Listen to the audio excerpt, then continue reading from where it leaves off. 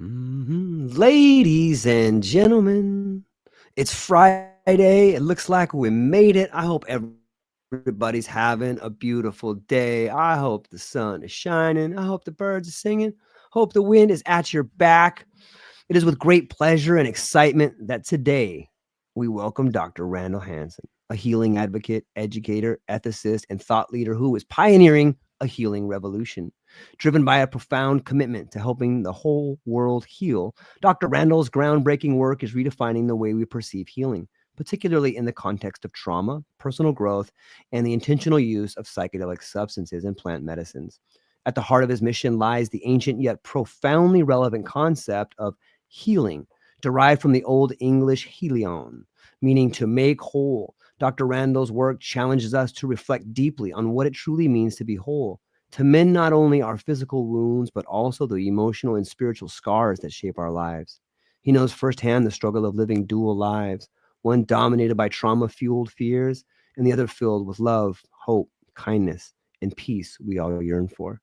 Through his transformative books, Triumph Over Trauma, and his latest release, The Healing Revolution Diet, Dr. Randall Hansen guides us on a journey toward complete healing. While Triumph Over Trauma explores holistic and integrative approaches to overcoming the burdens of past pain, the Healing Revolution Diet introduces a revolutionary framework for healing through food, nutrition, conscious choices. Together, these works empower us to rediscover our true, authentic selves, the individual Dr. Randall Hansen, I left out a book in there. As I was reading that, I realized you have a whole trilogy out here. What was the other book I left out right there? The middle one, Heal, the holistic Thank practices. And that book led me into the Healing Revolution Diet because when I was digging into that one more, I realized, the power of nutrition in healing. Yep. Yeah. It's been a wild adventure. It seems like, just a few, it went by so fast, but it seems like we were just talking about your first book not too long ago. You have been on a terror. You got 3 books in and a couple of nonprofits lined up, and you have an incredible partner in Mrs. Jenny Hansen over there, who's always probably your rock. And what an incredible partner. I'm so stoked that she's there with you. How have you guys been doing all this? Well, I would have to say plant medicine for sure. I think the story, but I'll just remind people that with Triumph Over Trauma, I had not planned to write any of these books, and I was on a beautiful LSD journey, and for me, that medicine is more mind expanding than healing, just in my experience for myself. And I was sitting on late afternoon. The journey was just coming down, and I got this, again, digital download, hard to describe. It wasn't a voice. It wasn't. It was an energy. It's so hard. It's so crazy. And it basically, was, you need to write this book. Ran inside, wrote down the outline that I was given, and that became the premise of Triumph Over Trauma. And about 75% of the book is from that original outline that I got that afternoon. And then in that process, that as I was working on that, I realized, well, people that do psychedelics, that that's just one element of healing. We often do meditation, breath work, going out in nature, and then of course the food we eat. A lot of ayahuasca has the dieta that we try to follow a better diet at least a month before you go on a journey. So that led to Heal. And I was microdosing LSD at the time, and Jenny was like, "Okay, 2 books is enough. We're done. We're good." But as I said, then with Heal, as I was writing it, I just started reading more of these books about the food industry and the manipulation that's been done to the food and to us, and how so many of us are just completely unaware. And so that led to the 3rd book, the trilogy. And I can say I almost definitely that it's going to be a trilogy. There's not going to be a 4th book that I'm aware of at the moment. So, but yeah, there's definitely going to be a 4th book. There's definitely going to be one. You say that every single time. This is the last one, George. It's the last one. Well, part of the problem too is when I read some, there's amazing books in all three areas, and psychedelics are books way above mine in terms of depth and scientific delving. But what I've discovered is that, my skill or my talent, I guess, is taking some of the scientific stuff that a lot of these writers just go down a rabbit hole, which for some of us we love as readers. Let me go down that rabbit hole. But for the typical reader, I could just see them looking at this rabbit hole and saying, I'm going to put this book down and maybe never coming back to it. So all three of my books, I love when a reviewer says something like, it's so easy to read or easily comprehensible, because that's my goal. My goal is to just get the information out there, and then I provide books and resources. If you want to dig deeper into, how sugar and insulin resistance and diabetes and all that work within the body, sure, here's a book to go, dive into that. But for me, I just want you to understand that if you're eating this much sugar, it's almost definitely going to lead to insulin resistance, and that then leads to all these chronic illnesses. So yeah, that's my goal. Like I said, right now I'm not, I don't have one on top of my mind, so we'll keep that. And plus the LSD is locked up for the moment, so no more books.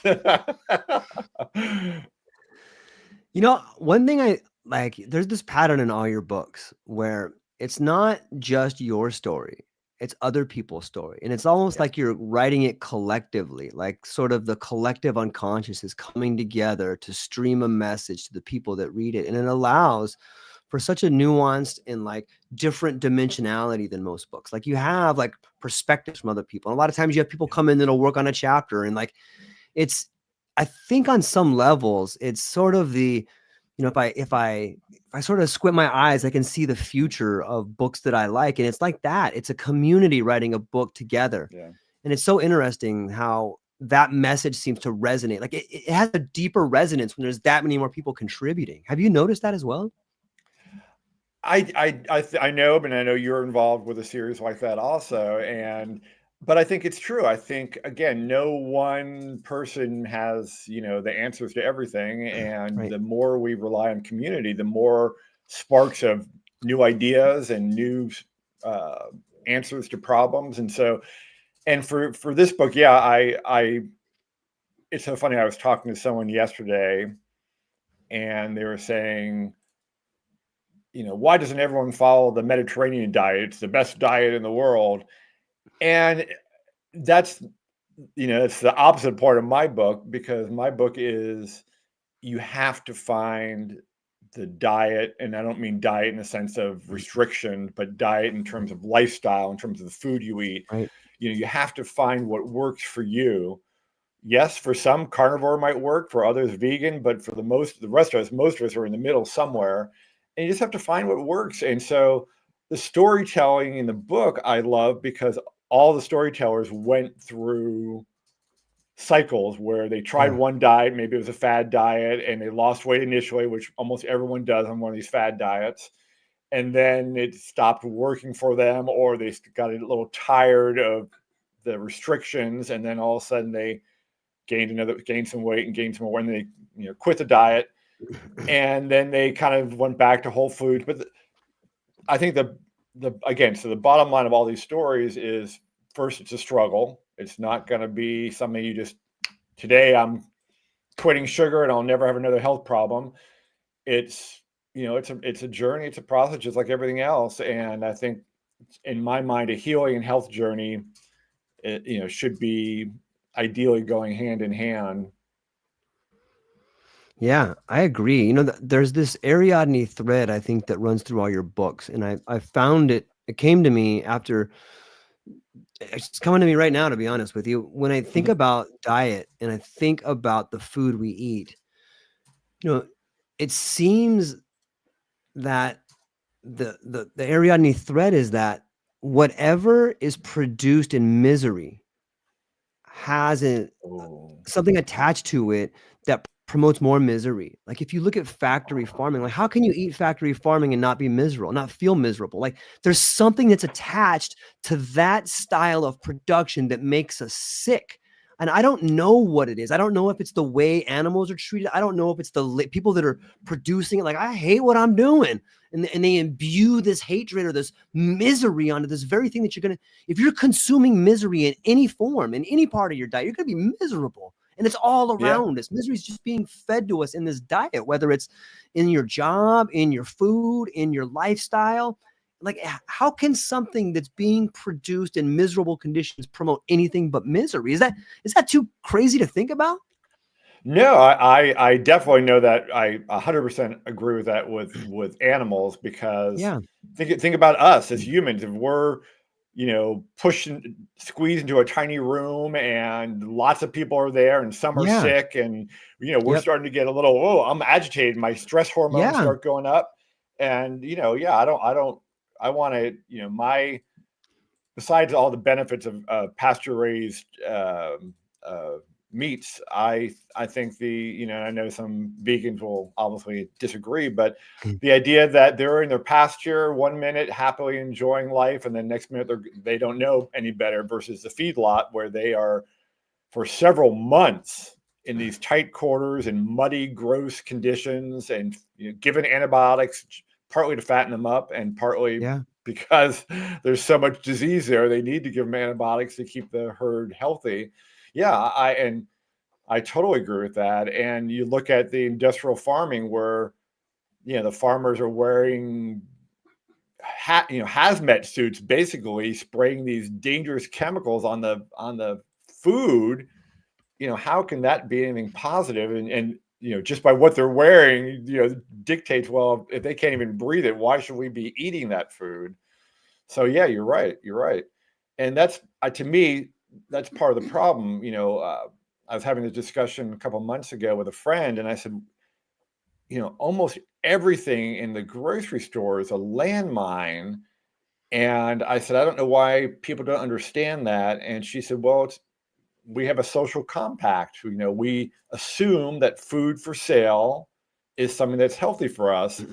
And so we don't even think about it. And it's like, wow, that was sort of a mind-blowing thing, because again, it should be, if we were in a Yeah. healthy culture, a healthy society, then everything in that grocery store should, or 90% at least, should be healthy. But it's the reverse. Maybe 10% is truly healthy, and the rest are dangerous products that are making us sicker. Whether it's obesity, heart disease is going up, all these things, and it's part of that broken system for sure.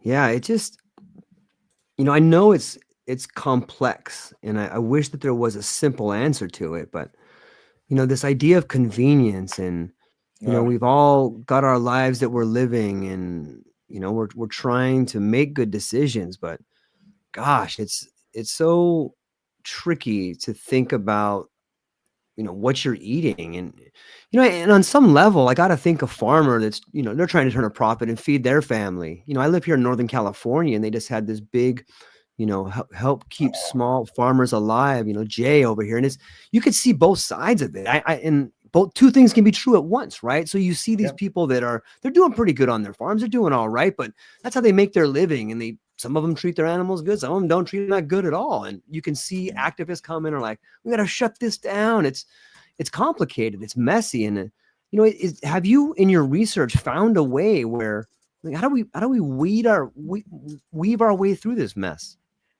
Well, let me just tell you something funny that I thought about Yeah. earlier today. Well, it's not funny. It's funny, sad, I guess. But in plant medicine, we all look at President Nixon and kind of do our fist shake to him, because that was the beginning of the war on drugs and the war on psychedelics. But he also started the war on small farmers, because in the 70s, the same time, he pushed his agricultural secretary to say, we need much more production of soybean and corn, these monoculture crops Mm. that dominate our farms now across the country and really across the world. And to me, that's not real food. And I know some farmers get upset with me about this, but to me, the heroes are these small farmers that are growing actual food for us to eat. Soybean, I just have to give you a really gross statistic that hopefully will maybe make people stop and think a little bit. Yeah. But on average, in the US,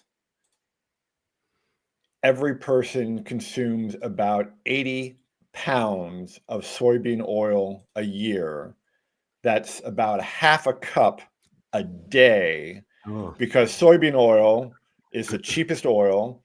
It's soybean production or crop growing is subsidized, so that's what makes it so cheap. And it's also in almost all fast foods, convenience foods, these ultra processed foods, as we call them. Sometimes it's labeled vegetable oil, which I think is bizarre. And then in parentheses, it says soybean oil. So think about that. Even a generation ago, 2 generations ago, we were consuming barely any of these oils. We were eating lard, we were eating butter, and now it's flipped, and now we're consuming that. And the other factor is the sugar. We consume about 150 pounds of sugar per year. So that's about 3/4 of a cup a day that we're kind of pouring down ourselves. And I think what you said earlier, convenience, it is wonderful in some ways, but in so many other ways, it literally is killing us. You know, I get it. You're working a long day and you forgot to, take something out for dinner, or you don't want to cook because it's been such a long day. And there's that Kentucky Fried Chicken, or there's that Burger King, or there's that Pizza Hut, and it's so easy. The car's kind of turning itself. And I did that too. Yeah. Especially when I was, kind of also part of that for me was when I was still not dealing with my trauma. Food was a comfort food for me. So, that fast food, even though it was, was that guilty pleasure, even though I knew it was bad. And so I eventually had to change the way I drove home, because I still wasn't on that healing journey at that point, but I knew it was wrong. And so I had to literally say, I'm not going to take that route. I'm going to go this way and avoid those fast foods and force myself to cook. But I think, so many of these elements, even Alexa, or smart homes, which is convenient in one way, but it's causing people to just sit in their couches and never get up, because tell Alexa to do this, turn the lights on, turn the TV on, do all these things. And so, yeah, I the modern society offers a lot of benefits, but we've lost a lot of things because of that convenience. Yeah. It's so heart-wrenching to think about, I and there's plenty of blame to go around. Like we could talk about discipline. The individual can be more disciplined and start taking the steps they need to live a better life. Ultimately, I think that that's the only thing that changes it, is each individual coming to terms with trying to become the best version of themselves, whether it's, okay, I'm going to take a new route home, or, you know what, I'm going to go for a walk today, or I'm going to do this one little thing. And I think if everybody just did one little thing better, then the world would begin to heal on its, heal through us on some level. What's your take? Does that seem like a decent strategy, or what are some other strategies that you see moving through here? Yeah, I love that strategy, because I mean, whether it's a healing journey, a health journey, or both, it's overwhelming at times. You're looking like, well, how do I become that better person, that better me? Or how do I find myself sometimes, or how do I face that trauma that I know I had when I was 8, but I refuse to look at it because I'm so scared. And it's just one step. You don't have to face that trauma today. You can start today by looking at an article or reading something from Gabor Mate about trauma and how to look at it. And so, to me, it's one step. Same thing with diet. You don't have to totally start cooking from scratch tomorrow and learning how to cook and all that. But you can say, okay, well, tomorrow I'm going to skip sodas altogether. One step, one tiny little thing. Tomorrow I'm going to try to reach out to a friend that I cut off because of the election, and now I'm kind of like, I shouldn't have done that. But just little steps. it drives me crazy a little bit, and you can tell me if I'm right or wrong, George, because you are the man. But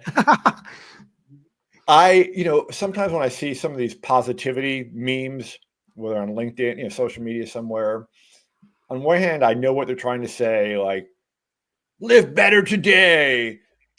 And be kind today. And I believe the philosophy, but when you're in the midst of trauma, you look at that and I say, F you, I can't be positive today. I'm dealing with, I am struggling. So I walk that line, I want to, Yeah. I love the positivity messages, but I always say, I don't think we can get to kindness or true positivity until we work through what we've been dealt. And again, the more and more I look at the research, the more and more I hear all these stories, the more I just know that every single one of us has experienced trauma in a wide range of things, and we all have something to get over. And it's hard because especially if you don't remember it, it's like, well, I don't have any trauma. And it's like, well, maybe the first step is sitting in that, just sit in that. Do you really not have any trauma? And then you'll say, oh, well, my dad got the belt out too many times when I was a kid, and sometimes he seemed like he was Yeah. enjoying it too much. But that's just normal. That's just, or sometimes he locked me in my room like, whoa, whoa, whoa. Okay, this is trauma. Whether you've normalized it or not, this is something you need to look at. And I think, so yeah, I think it's just, I love what you said, finding a way each day, making some progress on healing yourself, improving yourself, finding yourself, living a better life. Yeah. Yeah. I don't think you're wrong at all. I think what you're saying in so many of the conversations I've had and so many of the cool books that I've read in this time we're going through is like this evolution of awareness. And it's this awareness that, maybe you can't ever really heal the trauma. You can just sort of be aware of it, and it's so easy to get angry. Like I get angry, upset all the time. I look back at stuff and I'm like, I can't believe that happened, and then I start feeling bad about myself. Like, well, you're a grown person, man. What's wrong with you? Worried about something like that, and I start getting mad. But then you realize that anger still serves a purpose. Like maybe you should, maybe the idea of forgiveness is not the right word. Maybe the idea of being angry is what allows you to set the boundaries so it never happens again.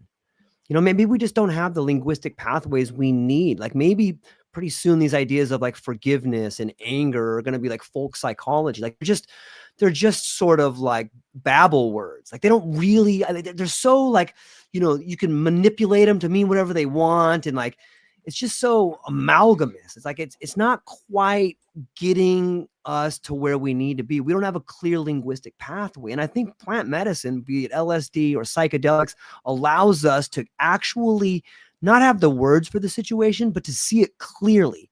And that's when we start moving into a better place, and you can see moving out of the medical container or moving out of trauma, like you talk in your book, Triumph Over Trauma, isn't so much of giving forgiveness to or letting go. It's just a matter of understanding the pattern in a way that we haven't seen it before.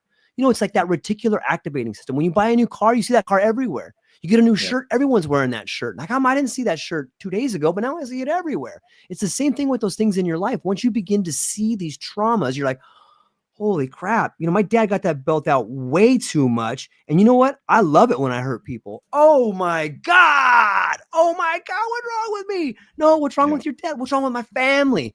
It takes a while to start going, okay, just take a deep breath. Is that epigenetics? Is it in my genes? I'm not sure. But the fact that you're aware of it is a giant step in becoming a way better individual. And if you are aware of these things that are happening to you, congratulations. It's not easy. It's never going to be easy, but like you're moving in the right path. You're moving on the right road. So I think I think we're just beginning to get to the ideas of language that can help us, man. And I see it in the books, man. I see it in a lot of the work you're doing, like this unlifting the veil and beginning to see things or feel things in a way that hasn't. What's your take on that? Do you think we're moving into a world that's a more, I don't know, meaningful and purposeful? I mean, a lot harsher maybe, but more meaningful and purposeful? Wow. Whew, I have missed your question.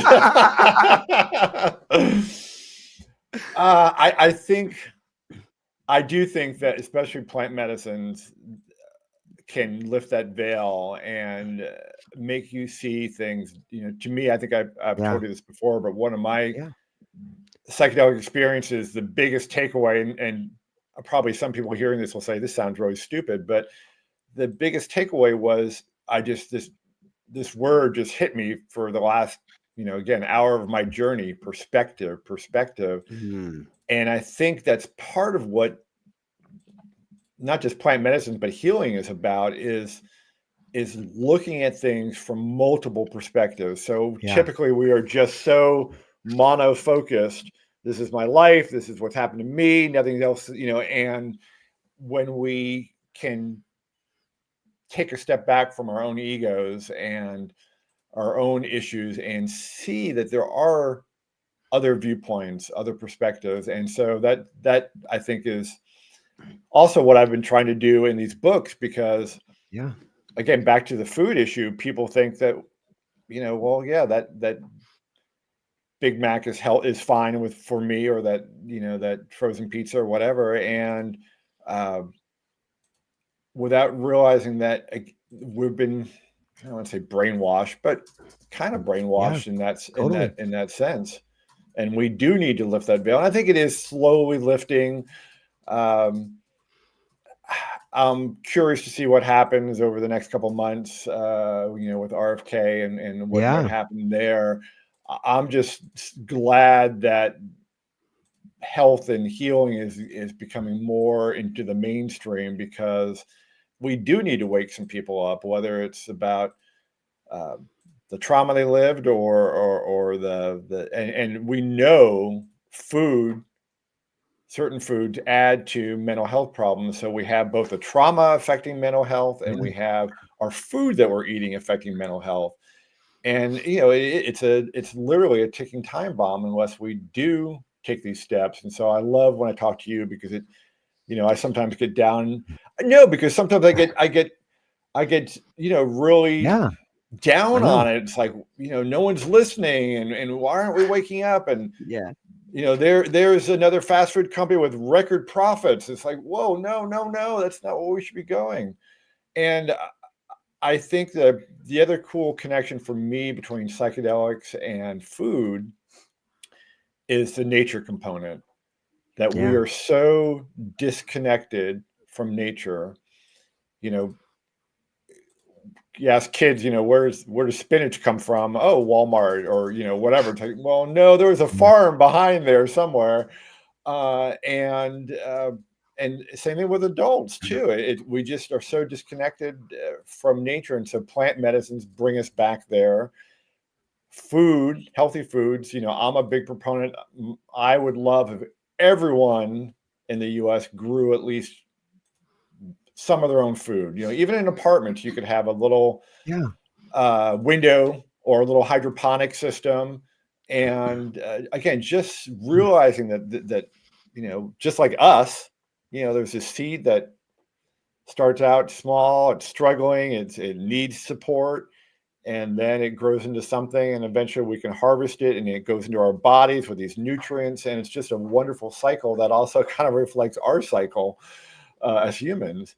And so, I am hopeful, but there are days where it's like I feel I'm in an echo chamber, or or vacuum, maybe is a better word, where it's just nothing. I say, hey, let's change our ways here or there, and it's like, no, I don't hear any response. So.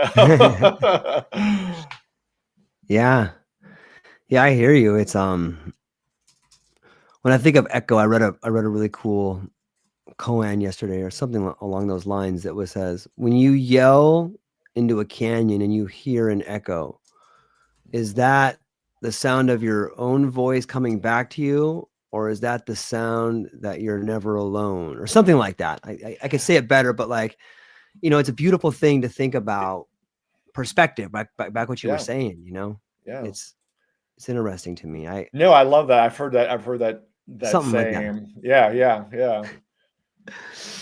I don't. How much of it, like, and maybe this question is not as.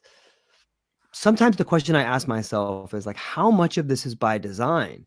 It seems on some level there's just so much momentum behind the factory farming. There's so much money behind the centralization, and you start reading these ideas of, if you look at maybe like an authoritarian model where, okay, if we own the rights to production, then we can make sure that everybody has enough. But in order to do that, you have to exclude so many people. You have to get rid of so much stuff. You have to cut so many deals that your end result is not that great. Like, is this something that's just been ongoing, or, is this a problem we've been trying to fix since, government started? Or what's your thoughts on centralization and Oh, quality? wow. Yeah, I mean, we could probably spend the rest of the podcast on that.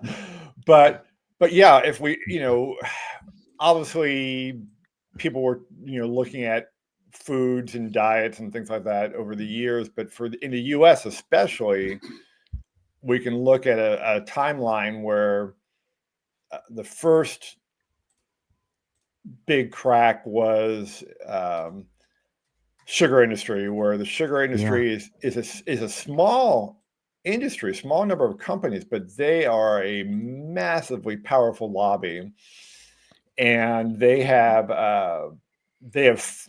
funded research. In fact, there's a famous one, the Harvard research one, Yeah. where it came out. Oh, gee, there's no impact. No, sugar has no health concerns. Funded by the sugar industry. I wonder how that Imagine that. happened. Yeah, but so our downfall started, I think, accidentally, because in some ways, because yes, before in culturally we had the military industrial complex, and that's a whole another story. But in the 50s, President Eisenhower, who's sort of maybe one of the tipping points of that, got a heart attack while he was president. And heart disease was not that common back then. And in fact, for the decades and decades and centuries before that we have records, it was a pretty minor health issue. Bigger health issues were communicable diseases, typhoid or Yeah. flus and things like that. But so he had this heart attack, and the country went crazy. How could this military leader, president, strong man, get have a heart? And one researcher who buoyed his way through, Ansel Keys, determined that fat was what caused Eisenhower's heart attack, heart disease. And so that became this rallying cry. We need to get rid of the fat in our diets. And the funny part is, we look back at this research today, he did a couple weird things. And again, it could be conspiracy. There's no evidence linking the sugar industry to this, but what he did was he took sugary foods like desserts, pastries, things like that as one category, but then he put sugary beverages as a totally separate category. And then he lumped all fat together: margarine, butter, vegetable oils. And so if you look at that, the research is skewed in that way, and it favors sugar over fat. And so that became our downfall. And the sugar industry, of course, loved it, whether they were involved or not. They took that and they pushed that research, and that led to changes in dietary recommendations from the U.S. government. We had the food pyramid, which is Right. so Inverted. wrong. Yeah, so wrong. And they've revised that to the food plate, and it's still wrong. And we had all these myths that developed during this time, and some of it's so yeah, I kind of walk in the middle of this line where people on this side say total conspiracy. These systems were in place to control us and manipulate us and break us in some ways, which we're Yeah. seeing today. And the other hand, it's like, no, part of it started maybe innocently and based on wrong research. And so I kind of like, well, I think there's a little bit of both there, because Yeah. there's no question. I think you said this earlier. There's no question that profits dominate. And again, yes, it's a capitalistic society. So yeah, duh, profits, but not to the degree of profits over the health, the livelihood, the longevity of people. And that's what it's become. You know, we still sell low fat, no fat stuff today. And I don't understand it, because we've disproved that in the about 15 years ago. We had a definitive study that said there's no connection of saturated fat with heart disease. And yet today we still have this no fat, low fat stuff. And if you look at the ingredients of a full fat yogurt versus a no fat yogurt, the full fat yogurt, basically the only ingredient is dairy, is the enzymes. And then in a non-fat, it's going to have of course, the dairy, but it's going to have several chemicals that might have even a seed oil or something like that, because they have to make up for the fat.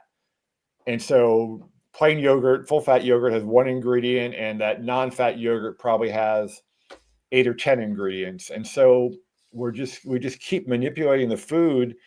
And back to your earlier question too, the number one thing you can do also is just start eating real foods, the actual ingredients. Eat an apple rather than apple juice or apple pie or some other element of that. Yeah, it's interesting. And I can't help but just think about how lucrative it must be for a company that's going to sell milk to be like, okay, let's sell this gallon of non-fat milk for the same price, and then we'll take all the fat out of that milk and sell some dairy whip over here. Now we're selling 2 products for the price of one. We're going to double our profits. And guess what? Non-fat's great for you. Like, you can just see the sort of pigs at the trough. You know what I mean? Like, look at these guys. Yeah. Like, how dare you? Well, that's the same thing with high fructose corn syrup. Yeah. It was a byproduct. Yep. And they're like, whoa, we can make more money by selling this byproduct that's, and we've now discovered that high fructose corn syrup is probably the worst sugar out there. It dramatically affects our liver, especially in the amount that we're consuming, and leads to gut dysfunction. And but companies love it. It's like, yeah, and it's probably, and because corn is also subsidized, so it's a triple. It's not only so the product is cheap, they can make ethanol and other things out of it, and in the byproduct they can sell the high fructose corn syrup. And so it's a win-win-win for these companies, and we pay the price. Yeah, it's interesting. Like, how long can that go? I guess we're in this sort of lab experiment where we're like, okay, how long can we just care about profits? Like how long can it go? Well, I guess it can go as long as until the rats die. I guess it can go that long. Like that's like seems to be what's happening. Like, yeah, this is all great for us, but yeah, the rats are looking kind of dead and fat and dying over there. Well, still easier. At what point in time does it not become easier? I mean, are we seeing that now? Like, do you really want to have the castle and look out and just see a wasteland? I don't understand how the people at the very top cannot care at all. Like, I think, and this is a bold statement, probably going to be wrong. People probably get mad at me for saying this, but I think if you're at a Fortune 500 company and you're a CEO, you hate people. On some level, you do not care about people or humanity. You care about profits. And maybe that's written into the charter. Maybe that's written into, I must make money for the shareholders. But I think a lot of these people, they may not pay the price for it, but their kids will. And I don't think they see that yet. Like, you may get out making tons of money, but your kid is part of this giant experiment and you're making the world worse. Like, I don't understand why people aren't willing to stand up and fight and maybe give up some of these things that, walk away from this corporate job where you're hurting people. They won't do it, Randall. Like, people won't do it. They won't walk away. I know. And to that point, I won't name the company or the CEO, but CEO of one of the cereal companies, which they shouldn't exist, period, because all the sugar in Right. those. But anyway, someone asked him a question about food insecurity, which is again something that we should not have in a country that is as rich, quote unquote, as we Right. are in this country. And so someone asked him, well, what can your company do about food insecurity? And he basically said, well, our cereal is so cheap they should just eat cornflakes for dinner. And it's like, whoa! It's like, oh, are you eating cornflakes for dinner? You know, and so yeah, I think there's this hubris. I think there's maybe maybe there is either a self hatred or a hatred for people, but or like you said, I mean, it's definitely written into the compact of these companies Right. because short term everything is as long as we make the Right. quarterly profit, quarterly share prices, all these things. And I don't know what the end result is, but I think there needs to be a balance with profits and ethical decision making. That you can still make. I mean, look at all these. Like in my I live in a kind of a rural area, and there are a lot of farms here, and I love supporting them that are growing things the right way, and they do have a love for people and a love for food and love for the soil. And that's the way it should be. They can make money. I don't mind if they charge me a little more for a locally grown Yeah. cucumber or tomato because they're doing it ethically. They're doing it the right way versus, a tomato you buy it at the grocery store that's been gassed and maybe shipped from South America or wherever and tastes like nothing because it's been the other thing that we've done with so much of our produce is we have manipulated the seed so much so we get that Yeah. perfect tomato or that perfect apple or that perfect whatever. Because consumers, do I want to buy an ugly tomato? No, I want to buy that perfect tomato. And then I Yeah. taste it, it tastes like cardboard because all they've cared about is the appearance. So yeah, I think I would love to see a system, and it maybe has to be grassroots. Maybe. One of my guys is like, we need a new just lost Boston from the Tea Party. Revolutionary War. Boston Tea Party. We need another Boston Tea Party but with food. And I kind of love that idea. I told Jenny that I was like, yeah, let's organize a group of people to go in front of like Safeway and start burning the crappy foods. And she's like, no, I don't want to get I arrested know. today. I know. But I think we need something like that. We need to get some more awareness that get media coverage or beyond to wake up people to say, you have to demand it. Once you're awakened and you see, like once people start looking at ingredients labels alone, that is eye-opening. And you Yeah. see 3 sugars listed and 5 things you can't even pronounce, let alone know what they do. And so it will take, I think, a groundswelling of individuals saying enough is enough. Yeah, you can make your profits, but you don't have to be killing us in the process. Yeah, it's so interesting to think about it because we see it not only in diet, but we see it in pharmaceuticals as well. That this sort of corruption and this tacit agreements between large corporations and the FDA, whether it's through food or through medicine. Like, hey, do we really got to trial this thing? Can I show you my company science over here? Look, these guys are from Harvard. And yes, they work for my company. And yes, they make $1 million each. And yes, they're in, they have all these tacit agreements. And it's just like, listen, if you can pass this thing, you get a job working with these guys later in life. And it's like, it's so transparent now. And like, I don't know, maybe, and it's easy for me to sit behind a microphone and say, why won't people do more? Because, it's easy to talk about things, but Right. until you start living it and you start really making sacrifices in your life, you realize how hard it is. Like, and I get it. I try my best to have made those sacrifices myself. Like, I left a Fortune 500 company. Like, I'm not going to be treated like a piece of garbage. I'm not going to be treated like a number. And it's really, really hard to go through life without maybe that cushy insurance plan that you had, It's really difficult to walk away from something and take a stand when you're going to lose everything. And I know it's not easy, but I hope people choose to do it. But another route that we're talking about, like,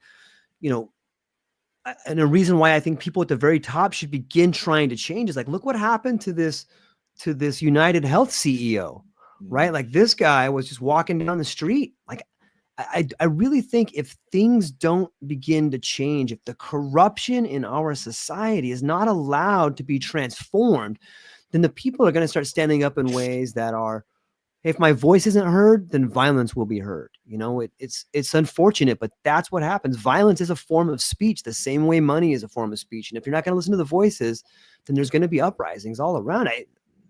Is that too crazy to think about, or do you think that's happening?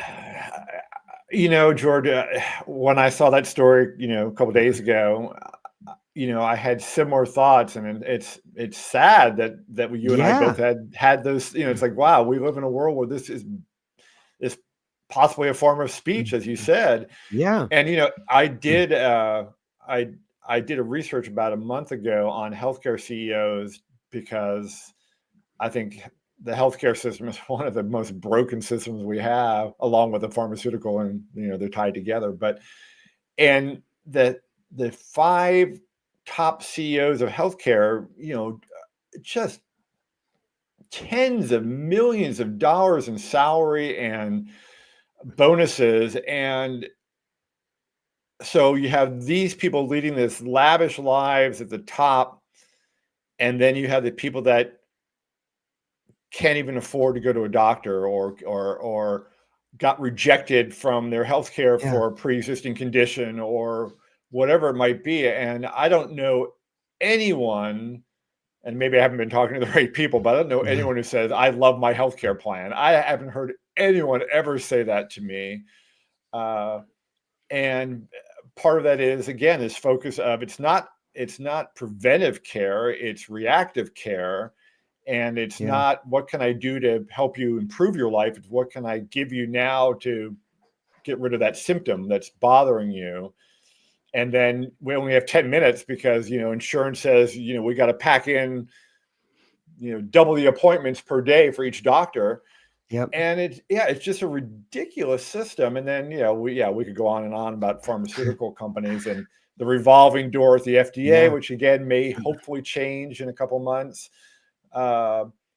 So many, I think about psychedelics, and I think about MDMA and how livid I was with that decision, because of the decades of work that MAPS Lycos went into that. Rick Doblin himself, his personal sacrifices, and yet some billion-dollar drug company can say, "Oh, we tested this for 4 weeks and it looks good, and people have to use it for the rest of their lives, but we're not going to test for that because we don't have time to, do a long-term study." And the FDA says, approve. So I mean, it is. It's, and we have to. I guess maybe back to your earlier point, we have to help people see that veil and say, hey, let me pull that down and look a little closer, and then I will make some changes. Because if that veil is too gauzy and they don't see it, then they're just going to live their lives complaining. But I do worry that complaining, that anger builds up and builds up and builds up, and there is going to be some eruption of some sort, whether that's words, violence, whatever it might be. And again, the food is making us sicker, so it's bringing us closer to that edge of anger. So I mean, it's like this crazy spiral of something. What would that? Well, you're the wordsmith. You tell me. But it's just it is. It's these interwoven systems that are working together. Again, you can say how closely they're working together depending on how much of a conspiracist you are, but there is no question these things are all locked in together. Our foods make us sick, so we take a pill. The doctors are more than willing to do that. And and we watch TV and we see, oh, here's a new, you know, a new drug, Shushata or whatever. And oh, what disease is that for? Oh, maybe I have that disease. Maybe I need this drug because look, the Yeah. people are dancing and singing and playing guitar, and I could never Yeah. do that before. It's like, what? And so, yeah, I think we need to find a way to pull the veil. And I think one of those ways is definitely a healing journey, because the healing journey forces you to say what is beyond that veil for myself, and then beyond to the outer world. Yeah, I love it. It's sort of like a diet of the mind. You've been writing all this stuff about what your diet is and what you're consuming, but so much of that pertains to the inner dialogue as well, right? When you're Oh, yeah. and we've spoken about it. Like I got to take a different route home. The car turns itself. Like all this language that we use is. And here's another thing. I just coming to mind, like the same way you described that the illusion of a beautiful tomato, so too do we see the illusions of ourselves online. It's like we've Mm, slipped from it's everywhere. Like once you be like, it's like I said, once you become aware of it, you see it everywhere. It's this illusion of everything being okay when nothing is okay. And yeah. to me, the fact that I can see it, like some truck driver turned podcaster, the fact that I can see it means that everybody should be able to see it. Like it's right there. It's the curtain being pulled back. It's not a wizard. It's some guy back Yeah. there pulling handles, like, and we can fix it. Like, and it's being fixed. And like, that's the message that I want to get out is like, hey, everybody, we're all in this together. Number one, Yep. if we don't fix this together, it's going to get fixed, not from the top down, but from the bottom up. And that is messy. That is the Boston Tea Party. That is people being, blasted on New York sidewalks, like CEOs. Like, I can't imagine the amount of stress that management people are under in order to hit quotas. Like, that's not living a life either. Being fearful of not being able to live a life because you need to treat people like numbers. Like, but I think everybody's collectively seeing it together on some level. And my hope is that people will withdraw from that system. Instead of doing things right, they're going to start doing the right thing. I think that is a step in the right direction. Is that too Pollyanna for you? No, no. And, I think I told her this story, but when I was on a road trip a couple of years ago, I visited a good friend of mine, and we hadn't been as touched personally, but we, friends on Facebook and all that. And Yeah. her life seemed like this dream on Facebook, Yeah. traveling to Europe and all these things, job going super well, and beautiful kids, perfect kids. And then I met up with her, and as soon as I saw her face was drawn, and I went, whoa, this isn't the face I see on Facebook. Yeah. And she said, and almost immediately, the first thing out of her mouth, besides after hello, was, I'm getting a divorce. Mm. My husband's abusive. And I was like, this is the problem we have today that's causing so many other problems. We have this comparison syndrome, Yeah. and social media has made it so much worse, because I'm not saying we need to put on, oh, I had to amputate my foot because of diabetes or something like that, but I think if we're only putting out some fake version of our true selves that we want the world to see, it's not being truthful to ourselves.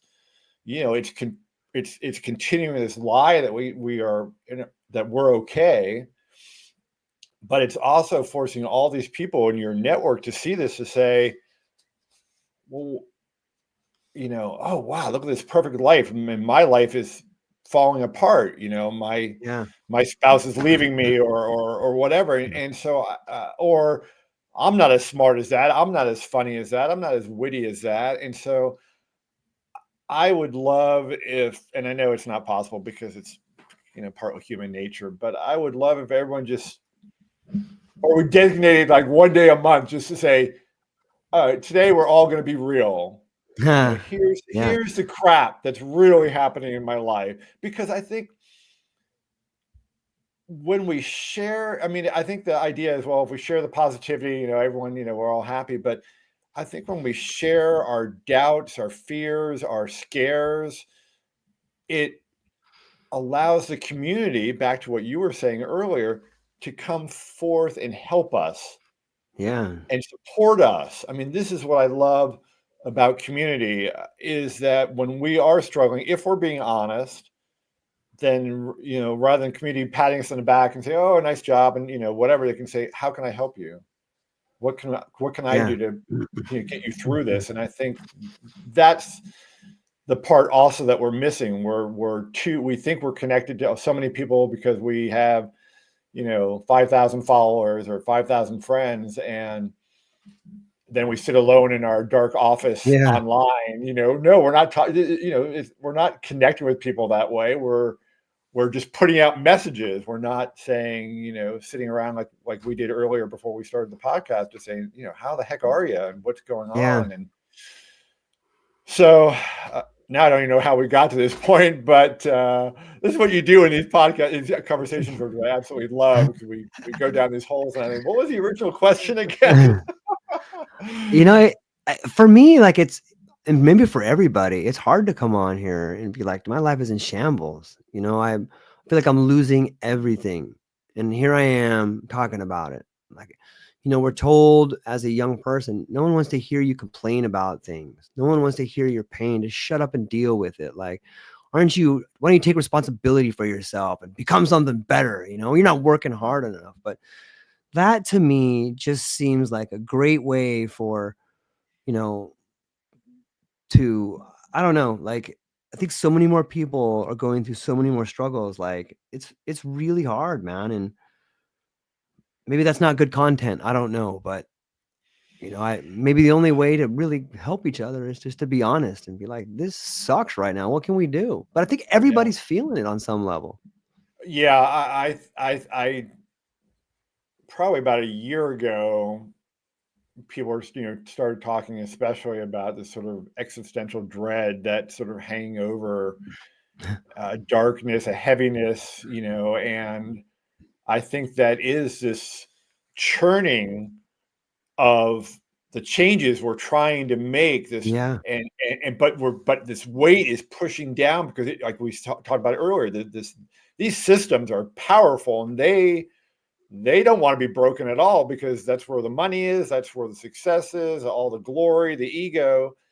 And so I think we are at this weird convergence where we're pushing up, saying we need changes.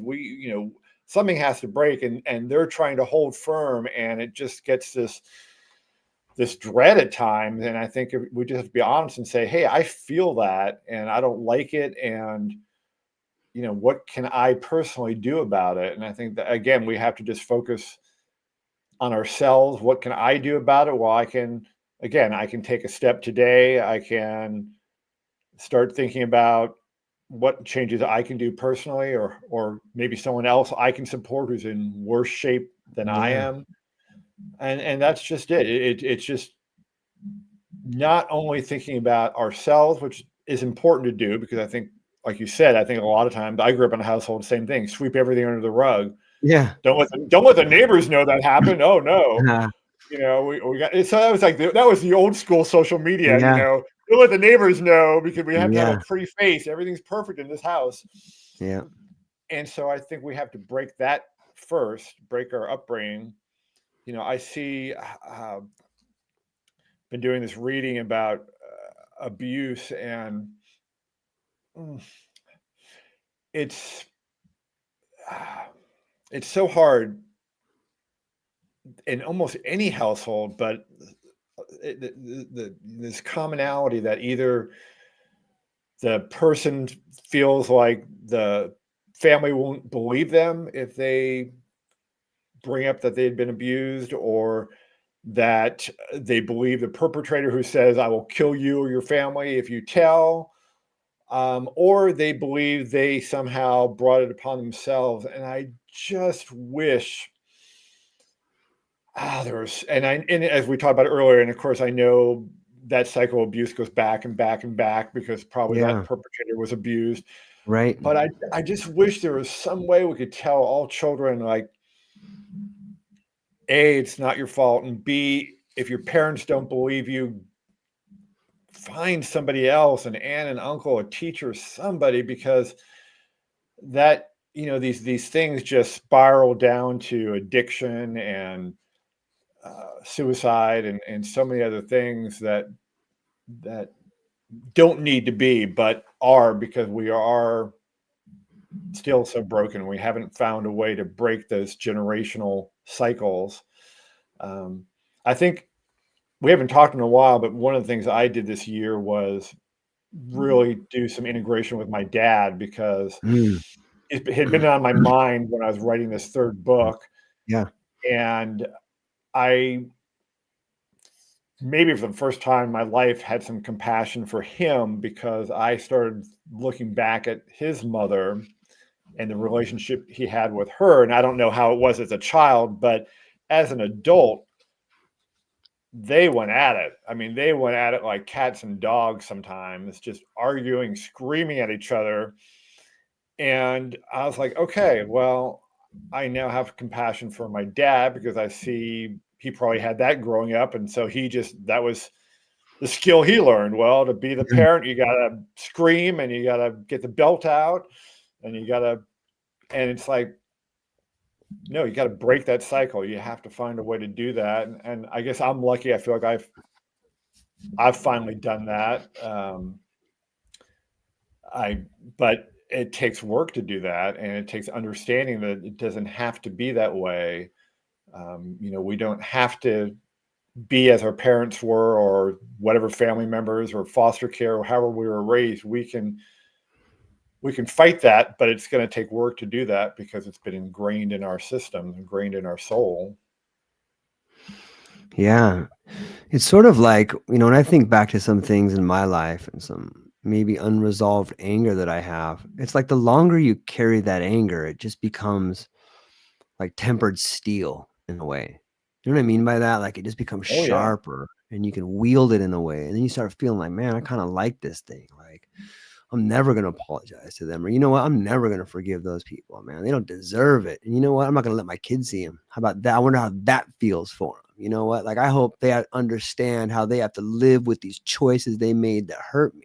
I hope they understand that I see what they did. They let this abuser abuse me, and then they held a guilt trip over them for 20, 30 years, and they got stuff out of it, but not me. Like it's so, it on one level, it's so exhausting, but on the other level, it's like, what do you do with that? Like, what do you do with these sort of betrayals that happen to you that you're not willing to give up? I'm like, how do you move through that? Well, I see the outcome of that. I see the outcome everywhere. I mean, we are kind of an angry people right now. I mean, Yeah. and it does take a lot of effort. You're right. I mean, to hold that grudge, or to hold that, you're expending energy that you could be using Yeah.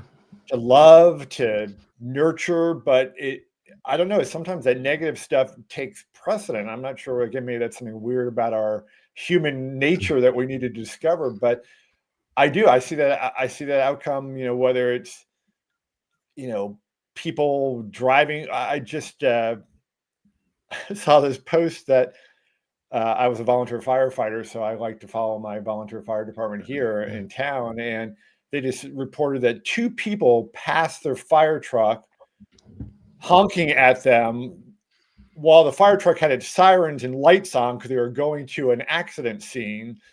And the fire department chief was like, what is going on with people? And I think it is what you're talking about, George, that it becomes a weapon that we kind of like. It feels comfortable. It makes us sometimes maybe feel even a little better about ourselves when we can, do that to that other person. I see, I'm superior. I got them.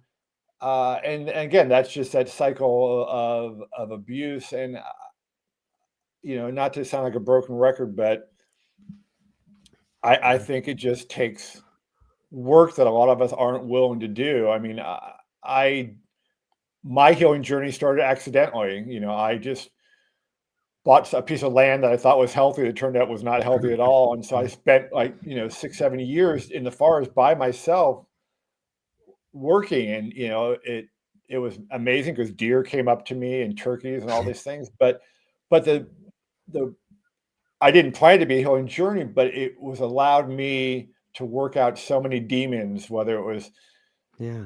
when cutting down a tree, like, "Rah, I'm going to do this," and screaming at myself or screaming at the people that did things to me. And I don't know if, and I don't know, I didn't need, 7 years probably to do that, but it was a pretty massive transformation. If you looked at me at the beginning of that time as someone who had a lot of self-loathing and bitterness and anger and frustration, to the end of that journey where, circling back to the beginning of this podcast where you said to meeting Jenny, who has been this light in my life. Yeah. And I definitely would have never thought I was worthy of her before because of my trauma.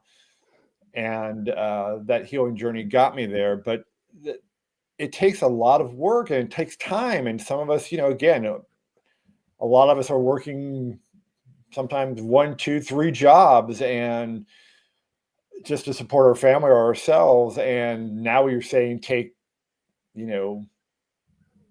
hours out of your day or weekends, or, where do I find the time to do this reflection, to do, or, whether it's just a pure reflection and meditation, or whether it's a psychedelic experience, whatever it is, or even finding the time to say, like someone said to me, I don't have time to read ingredients labels. Are you kidding me? I hate going grocery shopping. I just want to be in and out in 5 minutes, grab the stuff I know I always buy.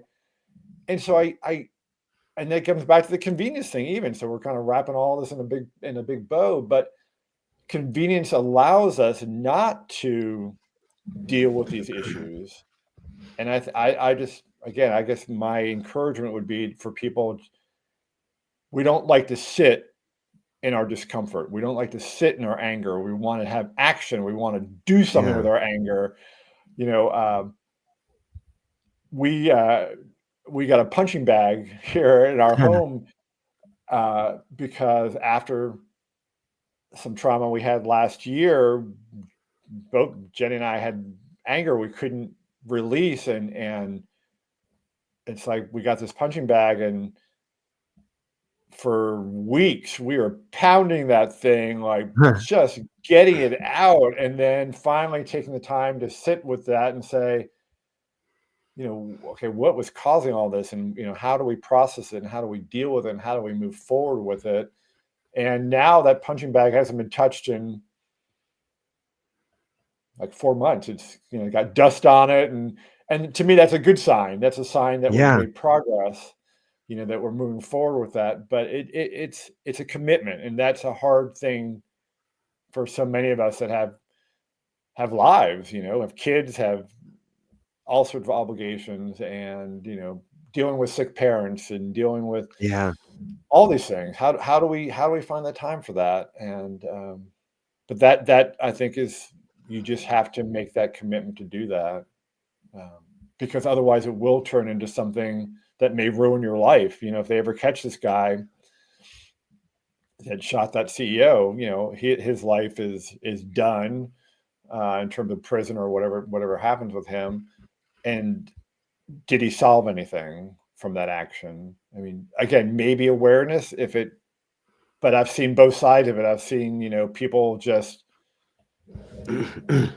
lashing out saying, this is this is horrible. This should never happen. And others saying, oh, this is the beginning of the revolution kind of thing. Yeah. Yeah. So it's just a weird time. Yeah. I think it could go either way. It's, if we look at I recently there's a writer called, I'm gonna butcher his name. I don't have the book in front of me. It's Byung-Chul Han. He's like this philosopher, Korean philosopher, I believe. And his newest book is called The Death of the Narrative. And he talks about how we moved from storytelling into story selling. And that, it's really, he just goes in depth, and it just blows my mind to think about the way narratives, tell a culture which way they're headed. And for so long, the storytelling has been hijacked in a way, whether it's, and it's mostly about division. It's mostly, man versus woman, gay versus straight, black versus white, yellow versus red, whatever. It's always seems to be a story about division. And if you can just pan back a little bit and be like, oh, this is the story that the people that are telling want us to believe. And you start thinking about, okay, it's just a story. Well, what's the real story? Then you can kind of start weaving your own story. But this thing that happened with this insurance exec, this thing has potential to really become a defining narrative of our time. Like, this is sort of the new, Bernie Getz, maybe, in a way. And I don't know what's right or wrong. I'm not a judge or a jury, but there is lots of stories you could tell about a man whose wife was not allowed to have insurance because of a guy like this. And I'll tell you what, a country could get behind that. And that could be a Boston Tea Party moment, and I think a lot of people in positions of authority should be very afraid. Like, a lot of people in government should be very afraid. Like, hey, the people are starting to get, the rats in the tank over here starting to act up a little bit, man. Do we got medicine for that? Like, what's going on? But I think it comes back to stories. And if we pan back a little bit more, what story are you telling yourself about where you're at? And maybe there's some truth to that story, but yeah, the power of the narrative, whether it's in trauma, whether it's in our diet, or whether it's in the life we lead, like, that story is something that you as an individual, you get to be the narrator. You get to be the person. You get to be the author of that story. And once you take that story back, don't let anybody hold the pen. Like, you hold the pen. You write down what you want to write down. And who cares if people believe it? Go out there and you write that story every day. Don't worry if it sounds good to other people. Don't worry if you may have made some mistakes in spelling along the way. Like, oh well, just continue to write that story and be the best character that you can in that story. Think of a person that's a million times better than you, and then be that guy or be that girl. It's the narrative is so important, right? No matter what we're doing in life. What do you think? Well, and you just to go one step aside Yeah. for a second, you just hit on something that every once in a while, I think you should definitely be my publicist. You just hit on something really brilliant that I hadn't really thought about. But there are, we have been given so many false narratives. Yeah. And I guess that's one of the goals with these books of mine. Like, I thought when I wrote Triumph Over Trauma, I mean, when I started looking at the truth behind the stories we've been told, like, I grew up seeing the fried egg stupid commercial on TV. Totally. This is your brain on drugs, or the guy on the roof with PCP who was going to jump off the roof because he thought he could fly, and and all this war on drugs and all these stuff, all this propaganda. And then when I started looking at the truth behind that veil, behind that narrative, it's like, no, there's a whole truth here that no one or very few people know about. And I thought psychedelics and plant medicine lies were bad until I got to the food part. Mm-hmm. And then I thought, these lies were even worse because, yes, with psychedelics, we're limiting people from maybe having some truly freeing experiences and healing. But with food, we are literally, with these lies, we're literally killing people. And so I guess that is, one of the premise behind my books is I just want as close to the truth. And yes, I know I will have my own perceptual biases, as we all do, but my goal is just to say, let's just back away from this narrative of that butter is bad for you, or that eggs and cholesterol are dangerous for you. And let's just step back and see what's behind that, what caused that, and was it, and how do we break that narrative? But I think so. One part is there's a broader narrative that's been fed to us that we have to probably take responsibility and say what part of that is actually true. Right. And fight that. But then the other part of that, which I love, is we are the creators of our own story. And yes, there are a lot of other characters that interfere and or interact with us, but it's our story to tell. It's our story to live. and it's our chance to make the ending that we want. We maybe didn't have the beginning we wanted, Yeah. maybe we didn't have the middle that we wanted, but wherever we are today, we can take control of that story rather than letting the story just go on as us as a character in it. So I love that idea. Yeah. Yeah, me too. It speaks volumes of where we are and what we can do, and the fact that, history it's two words. It's his story. You know what I mean? So change your story. If you don't like his story, just change your Perfect. story and make it better. Oh Man. boy. Dr. Randall, I love talking to you, man. You've been really generous with your time. And you know what? It's so close to the holiday season. I think a perfect gift for everybody would be the trilogy. I hope they go down to the show notes. I hope they pick up the I trilogy have of one of all them your books. here. Yeah, hold it up so people can see it. Let's get a better look at Yeah. that. Yeah. For those of you that are watching, get a look at this book right here. Oop. A little Oh, higher. yep. There we go. There we go. Yeah. The Healing Revolution Diet, packed with real-time information. Tell us inside, is there links to the website and links to the stuff that you are actually citing in there? Or maybe tell us a little bit more about the Yes. book. Yeah. So the book has sort of follows my typical thing where I talk about the myths and I do a frequently asked questions about nutrition and diet and food, and then I just look at a timeline from how agriculture has changed, how raising animals have changed, how food production has changed. One of the things we didn't talk about, here's a great crazy narrative, is in the 1980s, the tobacco companies were worried about the future of cigarettes and tobacco, and so they bought food companies. RGR bought Nabisco, Philip Morris bought Kraft, and with that, they brought their little evil scientist. And we have research that shows that this thing called the bliss point, that they transformed food in such a way that it would be almost irresistible not to eat just one bite. And so I was talking to someone yesterday who said, I buy ice cream, I eat the whole pint. I can't stop at, one thing. And then someone else, talks about the joke about the Lay's potato chips. You can't eat just one or whatever. And it's true. They've made it that way. So the book outlines all that stuff. And then I talk about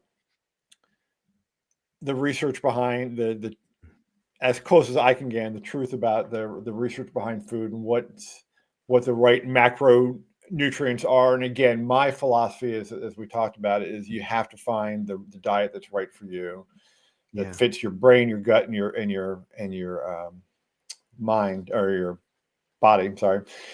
And then it has these stories of people that have been on a healing food journey, a nutrition journey, and also oftentimes tied with a healing journey. And some of them also did plant medicine. So it's kind of a neat theme through all my books. And then I also have a bunch of nutritionists and naturopaths that submitted their best nutrition tips. And then, and in the back, I have all the resources. I have the articles. I have other books. If you want to delve more into metabolic syndrome, then I have Metabolical by Dr. Robert Lustig, who's probably one of my favorite doctors. And then other resources, other documentaries that report on these issues, like Food Inc., which was one of the first ones that really broke the ground and said, hey, you really need to be paying attention to what you're eating. And so it's just, so all three books, if they were going to buy the whole trilogy, they all have stories, they all have input from other experts, and they all have citations and references, whether it's websites, books, documentaries, so you can delve as deeply as you want into any of these subjects. And again, my goal is I want people to be reconnected with themselves and ideally reconnected with the world. And for me, the world also means being reconnected to nature. And so that's the goal, I hope. Yeah, well, I think you're doing a tremendous job. What about, is there a condensed website? Does each book have its own website, or do you have a website where everybody can reach them? Yes, again, because maybe I wasn't planning the trilogy, so each book has its own website. But if they go to my main website, which is randallshansen.com, they can find the links to all 3 books. But if they wanted just a Healing Revolution diet, it is healingrevolutiondiet.com. And I post articles. They don't have to buy the books necessarily. I post a lot of articles related to the subject. Sometimes they're an excerpt from the book. Because again, my belief is I just, yes, I would love to see. One of my goals with this new book, I'll put it out there because affirmations, have some power, especially if you release them out there. Yeah. So one of my goals with this book especially is I'm a big believer in local farms, buying local as much as possible. There's a great book by Dr. Josh Axe that says something like "Eat dirt," and the idea is there are nutrients in our soil, and it's best to eat soil from our own environment rather than eating soil from South America or wherever. And so one of my goals with this book is I would love to see enough copies sell that we could do some mini grants to local farmers and ranchers, especially younger ones, because we're seeing the average age of farmers in the US is something like 58 or 60. And so it's a generation that's, kind of ready to retire or wanting to retire, or maybe wanted to retire years ago, and they're still doing it. And so like I have